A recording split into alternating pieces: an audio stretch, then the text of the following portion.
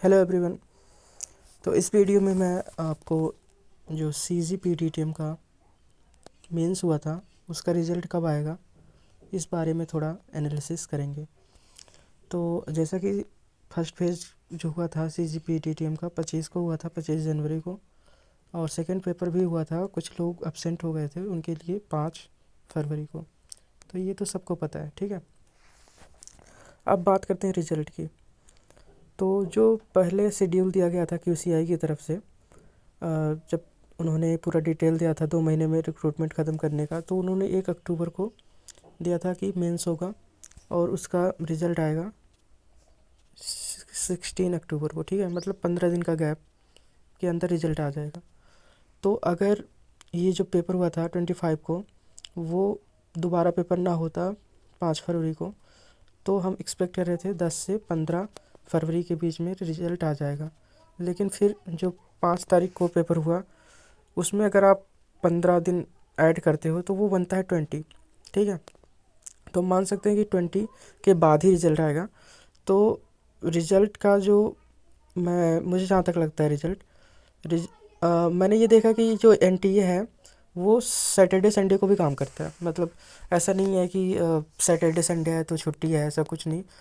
मैं देखता हूँ कभी कभी ये रिज़ल्ट संडे को रात 10 बजे, रात 1 बजे, 12 बजे कभी भी मतलब ये रिलीज कर देते हैं। तो आप मान सकते हो कि NTA जो है 24/7 में कभी भी रिज़ल्ट निकालती है।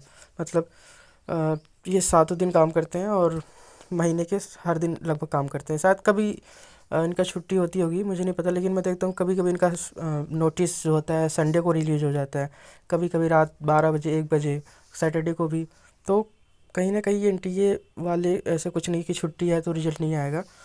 तो जो मेरा है एस्टिमेट अभी 20 से 30 नहीं सॉरी 20 से 29 फरवरी के बीच में कभी भी आ सकता है, कभी भी आ सकता है, किसी भी टाइम। और ऐसा मत सोचना आपकी सैटरडे संडे है तो शायद NTA में छुट्टी होगी, ऐसा कुछ नहीं है। मैंने देखा कि जो अभी नोटिस आया था, जो इन्होंने रिस्पांस रिलीज किया था, वो भी इन्होंने छुट्टी के दिन ही किया था, शायद संडे को किया था। तो तो ये मान के चलो आप 20 से 29 फरवरी के बीच में आपका 100% रिजल्ट आ जाएगा। और इंटरव्यू का जो है वो 15 से 20 मार्च के बीच में होगा, और रिजल्ट आपका मार्च के लास्ट वीक में आपका फाइनल रिजल्ट आ जाएगा, ठीक है। और अब बात कर लेते हैं, एक बार फिर से कट ऑफ की बात करता हूँ मैं। तो सबसे पहले मैं जो है खुद CSE ब्रांच का हूँ, मेरा ब्रांच है CSE, ठीक है। तो जो मैंने अभी यूट्यूब के कमेंट्स में जा के एनालिसिस किया है या फिर रैंक IQ से एनालिसिस किया है, तो जो 65 है जिनका पहले पेपर में, वो काफ़ी सेफ जोन में 65 प्लस जो है वो आराम से 140 में आ जा रहे हैं, क्योंकि 140 लोग जनरल कैटेगरी से सेलेक्ट होंगे इंटरव्यू के लिए।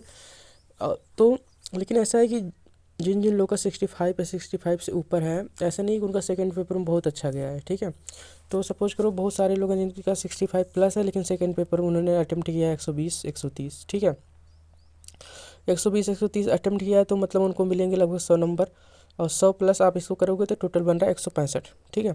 बहुत सारे ऐसे हैं जिनका इसमें 50 नंबर या 45 नंबर आ रहा है इसमें, लेकिन उनका सेकंड पेपर बहुत अच्छा गया है, लगभग 200 का अटेम्प्ट किया है, तो उनको आराम से 160 170 मिल जाएगा। तो सपोज करो किसी का पहला पेपर जो है बहुत अच्छा नहीं गया है, उसका सिर्फ 45 नंबर आ रहा है पहले पेपर में, ठीक है।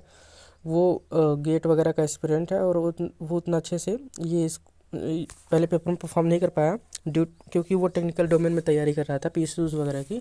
तो सपोज करो 45 नंबर आए और सेकंड पेपर में उसने 200 का अटेम्प्ट किया है और उसके आगे 165, ठीक है। कितना हो गया आप देखो, ये देखो 210 आ गए, 210 इसके आगे। लेकिन जिसने 65 प्लस उसमें स्कोर किया था लेकिन 130 का अटेम्प्ट कर गया है तो उसको 100 ही मिल रहा था, तो उसका 165 हो रहा था। तो आप ऐसा नहीं कर सकते रैंक IQ पे चेक करके कि 65 प्लस है मेरा तो मेरा हो ही जाएगा, क्योंकि इसमें 300 नंबर का जो है पेपर सेकंड है, उसका वेटेज 75% है। मतलब इंटरव्यू के लिए शॉर्ट लिस्ट होने में 75% उसका वेटेज है, तो आप ये कह सकते हो कि जिसका पेपर 1 में कम भी है लेकिन पेपर 2 में अच्छा बना हुआ है तो उसका चांसेस बहुत ज़्यादा है। और सपोज करो मैं इतना भी नहीं लेता, मैं सिर्फ 35 मार्क ले रहा हूँ, ठीक है, 35 नंबर सपोज करो किसी का है, लेकिन उसका पेपर 2 में 170 है और ये पॉसिबल है, आराम से 170 स्कोर किया जा सकता था, ठीक है। तो भी उसका 200 कितना हो रहा है, 205 नंबर हो रहा है। और कट ऑफ अराउंड 190 प्लस ही रहेगी, ज़्यादा नहीं जाएगी। मैंने 220 बताया था लेकिन मुझे नहीं लगता, मैंने जब पूरा एनालिसिस किया फिर तो मुझे लगता है कि 195 190 ही रहेगी। और उसका जो पहले पेपर में 35 ला रहा है लेकिन सेकंड पेपर 170 ला रहा है, उसका भी कट ऑफ क्लियर होने का की उम्मीद है। तो पेपर 1 का इसमें ज़्यादा रोल नहीं है, पेपर 2 का ही पूरा पूरा रोल है कि किसका सिलेक्शन होगा किसका नहीं। अगर पेपर 2 में किसी ने अच्छा किया तो उसका 100% सिलेक्शन होगा, ठीक है। तो ओके बाय, वीडियो देखते रहो, जब रिजल्ट आएगा वीडियो देखते रहो, जब रिजल्ट आएगा फिर मैं एक वीडियो बनाऊँगा। बाय।